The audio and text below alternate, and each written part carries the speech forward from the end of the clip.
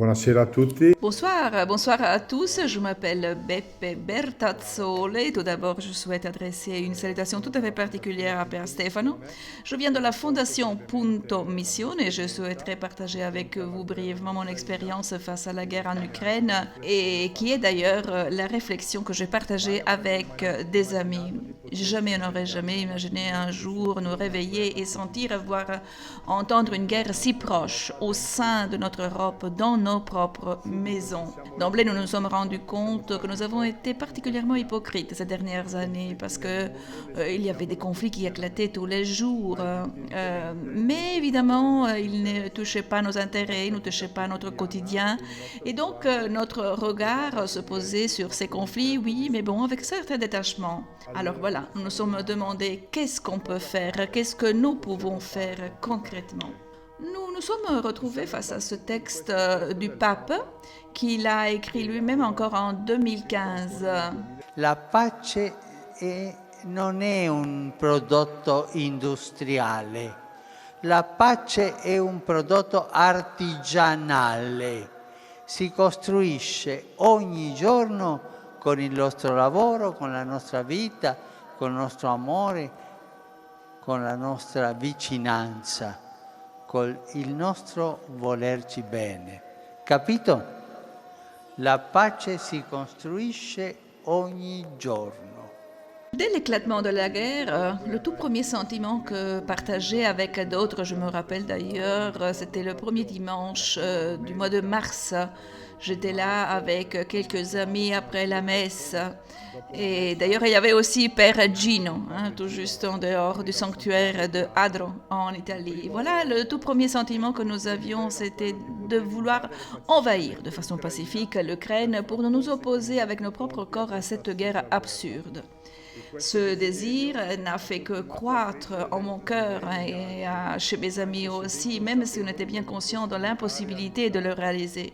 Toutefois, il a contribué à faire naître de façon forte l'engagement concret d'accueillir des Ukrainiens qui fuyaient la guerre tant en Roumanie, où nous avons actuellement accueilli déjà à peu près 500 personnes de Roumanie, et aussi à Brescia, nous avons accueilli une trentaine de personnes. Ce sentiment était un sentiment bien partagé en Italie et rapidement, plusieurs initiatives de paix ont été créées un peu partout. Par exemple, Stop the War Now, donc sur l'initiative de certaines grandes associations catholiques et pas, dont Punto Missione, qui a adhéré et qui regroupe à peu près 180 associations en toute l'Italie.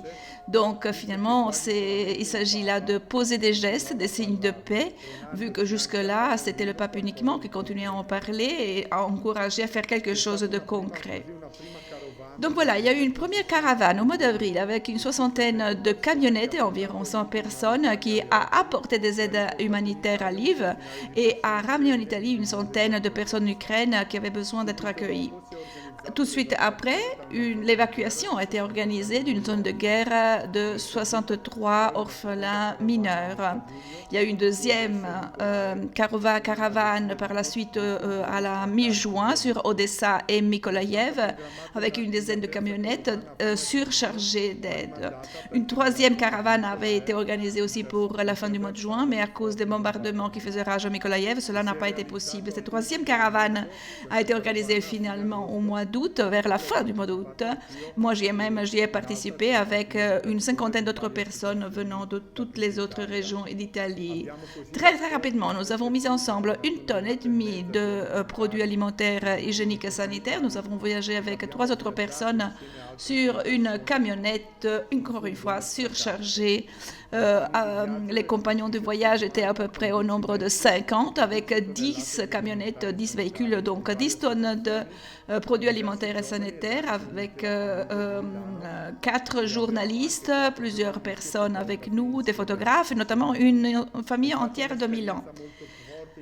Nous avons parcouru 5000 km ensemble, donc une expérience très forte, très engageante. Nous avons parcouru des routes avec plein de problèmes, plein de dangers, avec des crevaisons aussi. Nous avons rencontré beaucoup de personnes. Nous avons connu donc de près l'angoisse et la douleur, le déchirement de ces personnes, notamment aussi leur reconnaissance la plus profonde, parce que nous, on était là avec eux. Ils étaient plus préoccupés pour notre propre sécurité que nous l'étions. Nous étions d'ailleurs les seuls à avoir apporté des aides directement sur les lieux de la guerre. La présence de certaines volontaires de l'association Communauté Jaune 23 a été très précieuse, tant pour les contacts déjà existants que pour connaître la réalité sur place. D'ailleurs, eux, ils sont là constamment depuis l'éclatement de la guerre et cherchent à vivre ensemble aux personnes une vie, disons, normale, pour ainsi dire. Nous avons apporté donc des aides, une partie des aides à la Caritas de Mykolaïev. Nous avons d'ailleurs aussi dormi dans leur refuge. Et le matin suivant, nous avons inauguré un puits avec un désalinisateur, avec les fonds que nous avions récoltés avec l'initiative Stop the War Now, pour à peu près donc 2000 personnes, vu que la ville de Mykolaïev n'a pas d'eau. Les Russes ont en effet bombardé et détruit tout l'aqueduc, et aujourd'hui à Mykolaïev, il y a à peu près 450 000 habitants et 200 000 n'ont pas d'eau potable.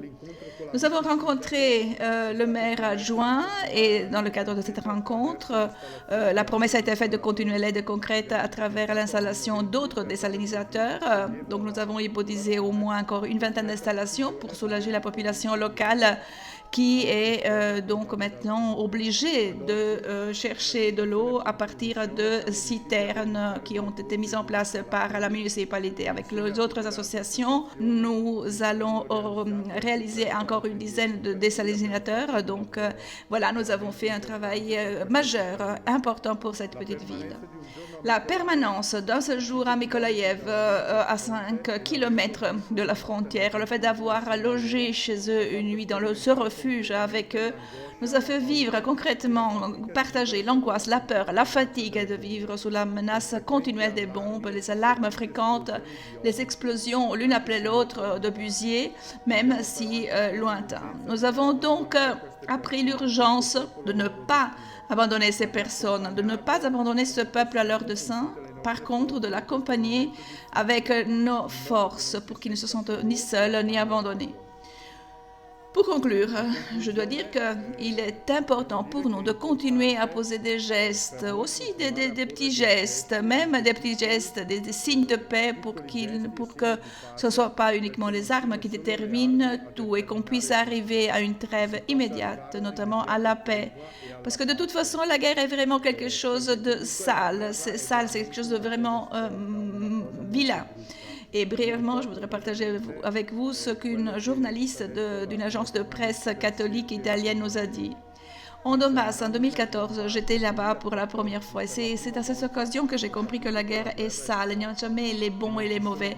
Et surtout, j'ai vu dans les cœurs de mes amis, de mes sources, dans les cœurs aussi des prêtres, la haine vers l'ennemi. Le fait de le constater en personne a été un coup dur. C'est ainsi encore aujourd'hui. Voilà pourquoi je dis que la paix ne peut naître que dans des cœurs réconciliés en leur sein. Voilà. Nous croyons que uniquement en réconciliant, uniquement en vivant, en partageant avec ces personnes ce que nous pouvons réaliser la paix. Portare la pace.